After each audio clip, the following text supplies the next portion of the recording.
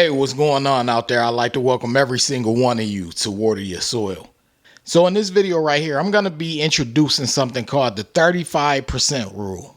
Now, of course, some people probably have talked about this before elsewhere because no idea is original, but I'm here titling it the 35% rule, and it's geared towards helping you increase your FICO credit score. So I'm going to get into that, but before I do, if you're new here, I have two rules over on this channel. The first rule is to always use your own discretion when it comes to credit cards and your credit score. The second rule is to always verify whatever you learn on this channel, any other channel, or anywhere. That should be a rule of life. So getting into the video, some of you may have stopped by this video because you're interested in increasing your FICO credit score. Just a little introduction to myself for those of you who are new here. I'm someone who started off with a 549 credit score, and I worked my way up to the 800s. I'm currently in the 800s right now when it comes to FICO credit scores. So I'm going to share with you all some information that I've used over the years that has helped me and countless amounts of others achieve a good or excellent credit score. Now, some of you may be wondering, like, what are you referring to when you say the 35% rule? Well, not too long ago, I did a video on focusing on 65% of the characteristics that make up your credit score. 35% is paying on time, and 30% of your credit score is based on the amount that you owe. So 65% of your credit score is based on you paying on time and not being late, and you paying down your debt that you have, meaning you paying down all of your accounts that you have. Because the more that you pay down on your debt, you usually see it reflecting on your credit score in a positive way. So that makes up 65% of your FICO credit score, paying on time and paying down what you owe. So some of you may say, hey, that's 65% out of 100. What's the other 35%? And that's what this video is going to be about, the other 35%, because I can't just tell you to go and focus on the 65% where the 35% can really help you get over the hump, because some of you, you're already doing that. You're already paying on time and you're already paying down your debt and your balances. So I'm sure you're like, well, I'm already doing that and I'm not seeing as much of an increase as I want to see. Well, remember, 100% makes up your credit score. So you're only doing 65 if you're doing those two things. But you need to focus on the other 35% as well. The 65% will help you, but focusing on the 35% and putting everything together will help you as well, especially putting everything together. That's so important. So that's what we're going to talk about in this video. So 15% of your FICO credit score is based on you actually having a length of credit. So what does that mean? Let's say you have a credit card and you open it up in 2010. That would mean your credit card is about to go on 14 years of credit age, that one credit card, because we're now in the new year, we're in 2024. And if you started off in 2010, depending on what month you started off, 2024 will introduce you into 14 years of credit age. And credit age is so important. Credit age is basically the length and the average of all of your accounts together and how long you had them.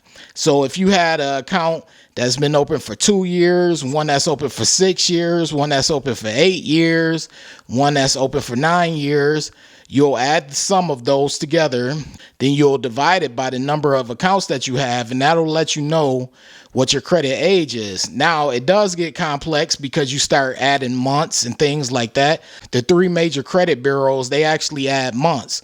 But nonetheless, it matters when it comes to, the accounts that you have, because I always tell people the longer you have an account open and it's in good standing, the better. Because some people, they have accounts and they don't like to keep their accounts open, especially long term, because people open accounts, especially credit card accounts, for different reasons. Some people do it just to get the intro bonus and then they close the card down.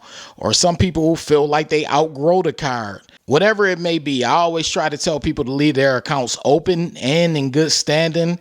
That way, credit age will factor in, not just now, because some people are just focusing on the present, But when it comes to FICO credit scoring, you want to focus on the future as well. So focusing on the future matters, especially if you're in your 20s or your 30s, or some of you may even be watching your 18, 19. But the younger you are, the better it is to keep an account open, because in your latter years, when you're in your 50s and 60s and things like that, it will help your credit score out a great deal. Now, some of you probably don't care. You're like, I'm not worrying about those ages, 50s and 60s. But the closer you get to those ages, you'll start being concerned with having your finances together during those ages, and just leaving your accounts open in good standing will actually help you. If you're 30 and you open up a credit card account at 30 and you have it for 20 years, that's 20 years of credit age on that one credit card by the time you're 50. And I don't know about you all, but 50 is still young. I know some people don't like to look at it like that, but it is. So you'll still be able to have it impacting your credit score in a positive way. 10% of your credit score is on the new credit accounts that you add. And this kind of goes into what I was just referring to. 10% of your credit as far as new accounts. Some people like to apply and add new accounts, but those new accounts do factor into your credit age, because the newer the account, it reduces your credit age. Like if you have a lot of older accounts and you begin to add newer accounts, like you start applying for newer credit cards out of nowhere, all of a sudden, it's going to lower and reduce your credit age. So you always want to be conscious of adding new accounts, but new accounts do factor in to your credit score, and that accounts for 10% of your credit score. And new accounts also lead to the last point that I'm going to make, and that's 10% for credit mix, because some people, they just consider just adding credit card accounts and that's it. They don't consider personal loans or an auto loan or whatever it may be. I'm telling you right now, the three major credit bureaus, Experian, Equifax, and TransUnion, their scoring model when it comes to FICO, they love credit mixture. And what is credit mixture? Credit mixture means a different type of accounts. That means you don't just have all credit cards on your credit report. That means maybe you have credit cards, or you have auto loans or student loans or personal loans, whatever. That means that you just don't have one specific type of account. So credit mixture is important. I always tell people that credit mixture does impact your credit score, whether you want to believe it or not. And it can have a positive impact on your credit score if you're managing your credit report and the items on there correctly. However, it also can have a negative impact, which is why you see some people struggling with 500s and 600s. It's because they're not doing a good job of managing the 65% and the 35% as well. So you have to combine the two and put it all together. Of course, you have to pay on time. Make sure you're paying on time every month. You have to pay down your debt and the amount that you owe. That accounts for 65%. You have to be conscious of not closing down accounts that you have, because your credit age accounts for 15%. Your new accounts, making sure you're not going and getting a lot of hard inquiries because you're trying to get a whole bunch of new credit cards or loans, that counts for another 10%. And the final 10% is credit mixture. Usually some people, they be like, hey, I'm doing everything right and I got all credit card accounts, but my score won't increase. You probably don't have a credit mixture. Like I always tell people, credit is case by case, so it could be different for each person. But pay attention to all 5 of those categories whenever your score isn't doing what you wanted to do. I always tell people, always refer back to your credit report. Scan through your credit report.